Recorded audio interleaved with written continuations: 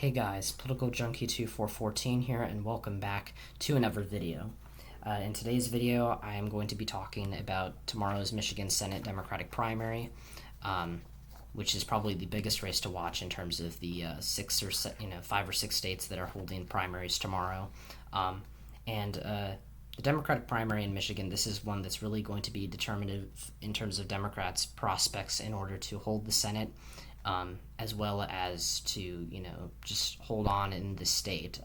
Michigan's certainly a state. It's one of two Democratic-held Senate seats up in 2026 that is held in a seat, it's one of two Democratic Senate seats up in 2026 in a state that Donald Trump won in the presidential election in 2024. And so this video is not really meant to be a prediction per se for what's going to happen in this election, which candidate I think is going to be winning the primary, because I think pretty clearly almost everyone universally agrees in terms of pollsters and pundits that Abdul El-Sayed, the progressive choice, is going to defeat Haley Stevens, the more moderate candidate here. There was a brief period of time after Mallory McMorrow, who was kind of someone who danced between the progressive and moderate wings of the party, and at one point actually seemed to be the front runner for this race. After she suspended her campaign, Haley Stevens, her voters seemed to prefer Haley Stevens over El-Sayed. But since then, since the deluge of pro-Stevens super PAC spending here on, coming from, mostly the American Israel Public Affairs Committee, which has become persona non grata in the Democratic Party this year, it seems that Abdul El-Sayed has really regained his lead and is, according to an Emerson College survey, which I think is probably the most credible pollster out of all of these, is winning by 16 points. I mean, he's close to 60% here in some of these polls. And so, while I don't think it's necessarily impossible for Stevens to win on Tuesday, I would find it incredibly unlikely that she does. I think she had a good chance here for a while.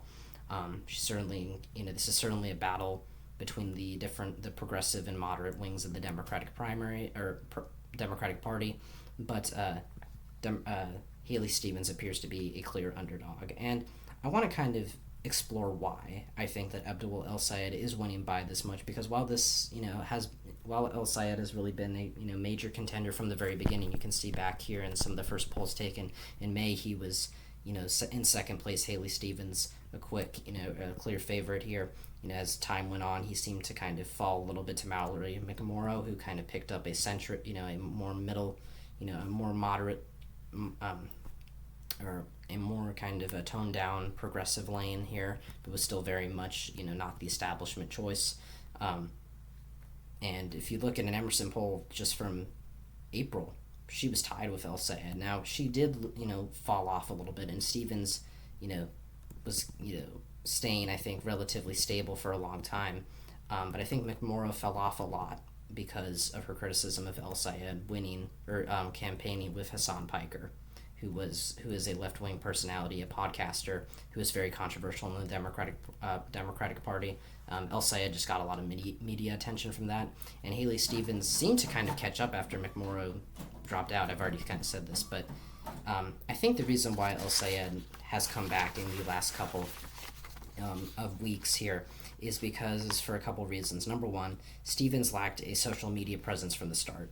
She stuck mostly to rallies and TV interviews, which isn't a bad form for a candidate, but she really kind of took pride, almost in an odd way, in not being on social media, which, I mean, for whatever ethical reason or whatever, that's not for me to debate here. But in terms of electability, social media in the last 20 years has become a major part of, candidates both on the national level and the state level being able to promote their product. And Abdul El-Sayed and Mallory McMorrow were very good at that. And El-Sayed, I think his as I said, his endorsement from Piker was significant in elevating him in the spring into this clear favorite, and he has regained that. So I think that in turn, that was one factor. Stevens also became kind of a caricature online. A lot of people pointed out some really awkward sound bites of her saying, I'm sure you've all heard this one if you're chronically on social media like I am, Stevens at one point in previous rallies said to, I don't know what the context was, but she said, Israel comes to me in my dreams. I think it was at a pro-Israeli organization of some sort, or maybe it was at a synagogue or whatever. But either way, that did not make her look good among Democratic primary voters. In addition, El-Sayed's just been everywhere. He's gone to the TV interviews, to the rallies. He has the endorsement of the United Auto Workers Association, which I think is a serious boon for him, because Haley Stevens very much painted herself throughout this campaign as the more, down to earth, get things done for Michigan. Especially, she touted her role in bailing out the audio industry in Michigan during the Great Recession in 2008. So I think El-Sayed getting that endorsement from UAW was a serious boon and a serious feather in his cap. But, right now I'm going to take you all, and we're going to compare a couple of different things. But first, let's pull up, this is my prediction for, county by county for the Michigan Senate primary tomorrow. So El-Sayed, although he's from Wayne County, he was the public health commissioner here, I do think he's going to lose it. I think he's going to pretty much win the rest of the state outside of the Detroit metro area and Flint, which is where this county is, Genesee County. And Detroit, I think, Stevens is clearly polling well with black voters, and I think that that's a significant, that is what's going to put her over the finish line here in Wayne. It's one of the it's the most populated county in Michigan, so I think that, and that's for a pretty obvious reason. Wayne is home to Detroit. So anyways, I digress. Stevens is going to get a major boost from Wayne County, as well as her home county of Oakland, which is in the Detroit suburbs. This is a county that, she represents this county and parts of this county in Congress from her congressional district. And then Flint, again, her strength with African American voters, I think, is going to help her in Genesee County. So the way that we're going to compare this election and, my prediction here is, we're going to compare it to the last time Michigan had a truly competitive progressive versus moderate primary, and that was in the 2016 presidential primaries between Bernie Sanders and Hillary Clinton. Now, Bernie Sanders won a narrow victory here. It was not expected at all. The polls showed Hillary Clinton pretty clearly ahead, even though Sanders was making ground in the state.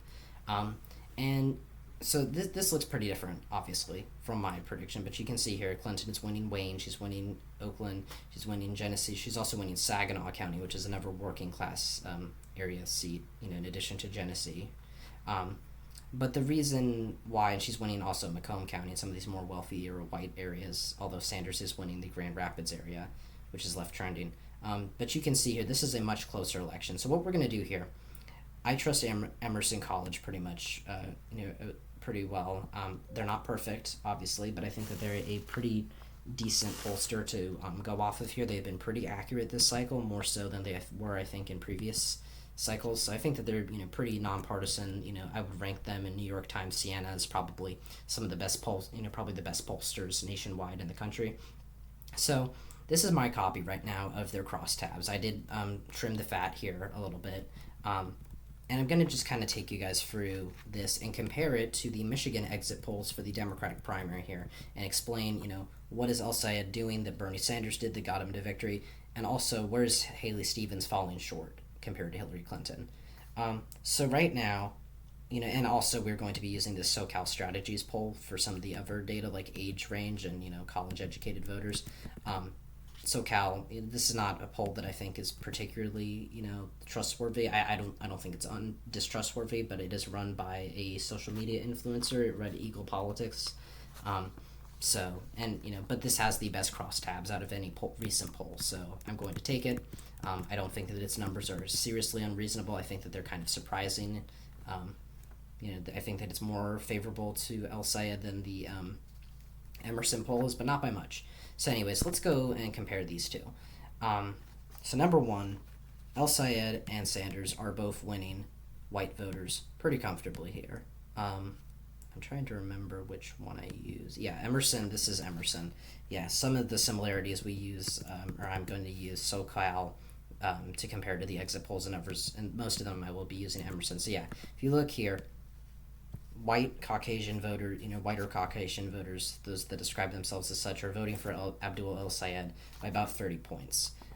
That's pretty similar to what Sanders had in terms of racial background. Where's race? There was race here beforehand. Here we go, white versus non-white.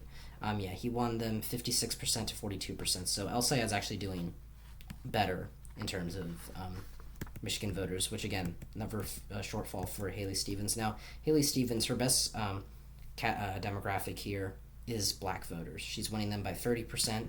But Clinton won black voters by 40% in 2016, and that is a 10% margin. That's a big reduction. It's not quite as big as a 15-point margin, the one that El-Sayed and Sanders have, but again, that's in favor of El-Sayed. So that's another reason why he's doing so much better. So yeah, and Stevens, just to reiterate, she's winning black voters by 30% instead of 40%, and that comes at the same time. This is not a turnout thing, because both of these electorates, if you look, black voters are turning out here by 21% in this primary. It's roughly the same. I did the numbers offline here, but I calculated it today. Black voters make up about 21% of the electorate, so it's not a turnout thing here in Michigan.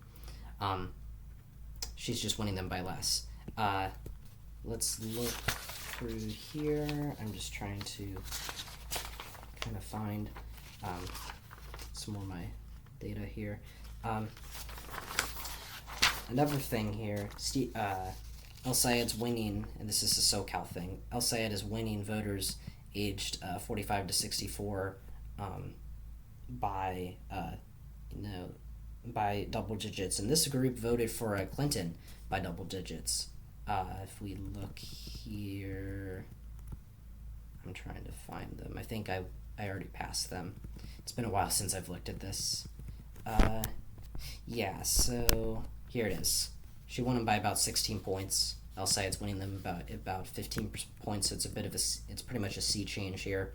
And then one big thing from the Emerson poll that I think needs to be recognized here: Hillary Clinton won in large part the Democratic nomination. Not just in Michigan, but she didn't just do well in Michigan because or in the Democratic nomination in 2016 in general. It was mainly because of Michigan, or it was because of women. God, I cannot talk today. I seriously apologize. I've been preparing for this video for a couple of hours.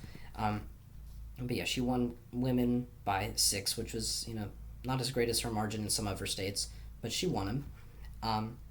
And Stevens is losing them, and that's a big deal. She's losing them 38% to 53% to El-Sayed. Let me see if I can find it. Here it is. I bolded it. So that's another major thing. And if you look at the white versus non-white groups here, so I did, again, this is not something that is shown here in the Emerson polling, but if I'll just read off to you right now. The white electorate here, the electorate here for the that Emerson found was about 72% white and 38% non-white. Or sorry, 28%. That doesn't add up to 100. Yes, it's 72 to 28. And then for the exit polls here, what CNN found was 70% white electorate versus 30% non-white. So that's pretty similar.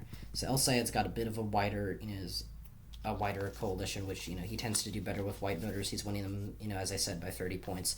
If you add up all the non-white voters here, he's winning.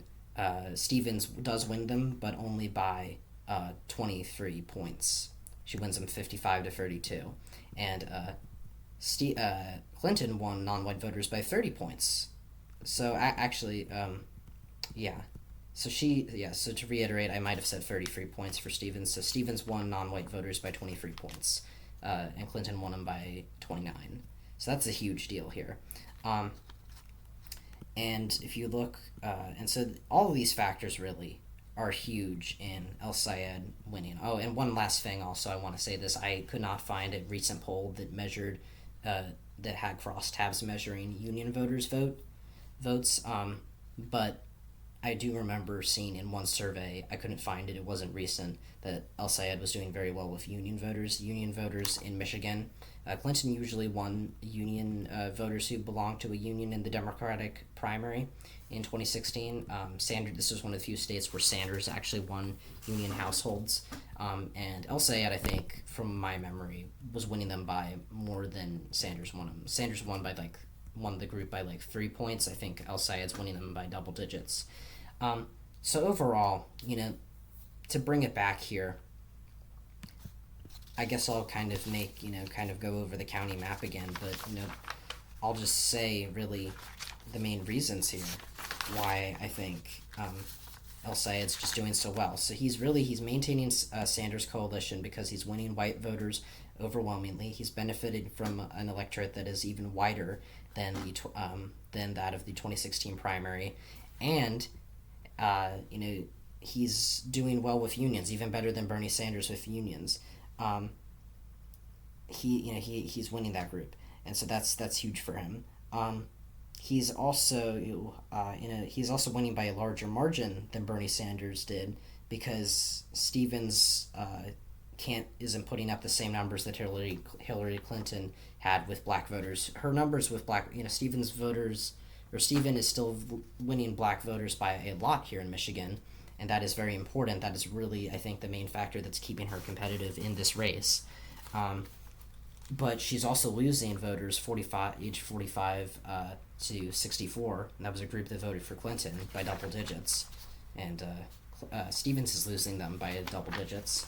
And she's losing women, and that's another major factor in what kept Hillary Clinton competitive in Michigan, even as Bernie Sanders won it. And so, I'll just go over one more time my county map in the state, but those are really the main reasons why I think Abdul El-Sayed is winning just by so much here, and why I expect him to coast to victory tomorrow evening against Haley Stevens. So I'll just go over kind of my overall take on the county by county map here in Michigan. So Stevens wins Oakland County. I think that this is because, unlike in the rest of the state, white college-educated suburbanites in Oakland are going to, they really prefer kind of her brand of Democrat. She also represents, as I said, parts of this county in Congress, but they also just prefer kind of a more moderate Democrat. I think that Alyssa Slotkin did pretty well here in 2024 compared to Kamala Harris. It's probably one of the reasons why she won that Senate race despite Trump winning Michigan. Stevens is also going to be propelled to victory in Wayne and Genesee County by black voters in Detroit and Flint, respectively.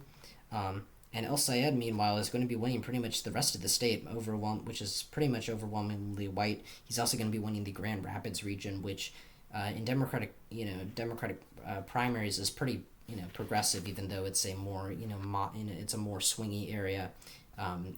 Albeit left trending area in general election matchups. And El-Sayed's also going to be winning Kalamazoo. He's going to be winning Lansing, and that's really going to be a huge part of his victory here. So overall, I think El-Sayed's going to win for a number of reasons. He's seriously overperforming Bernie Sanders in terms of who he's winning. He's winning several groups that Sanders didn't. I hope you all enjoyed this video. I know it was a little rambly, but I kept it down to a good time, about 20 minutes. And so, if you really enjoyed this video and you'd like to see more, subscribe to the channel, like the video, and turn on notifications. Check out my Substack, Congress, the White House, and all the rest. Again, that will be linked in the description down below. If you want to share this video, please do so. It really helps me out a ton. And I'm looking forward to making more videos for you guys. I really appreciate the support, the outpouring of support that I've gotten on this channel. And thank you so much for watching, and I'll see you guys next time when I talk about all things politics. And if you live in Michigan, go out and vote tomorrow if you're, regardless of whether you're a Democrat or a Republican, because believe me, although the Republican primary is uncontested, there's plenty of other things to vote for if you're a Republican. Thank you all so much for watching, and I'll see you guys next time when I talk about all things politics. See ya.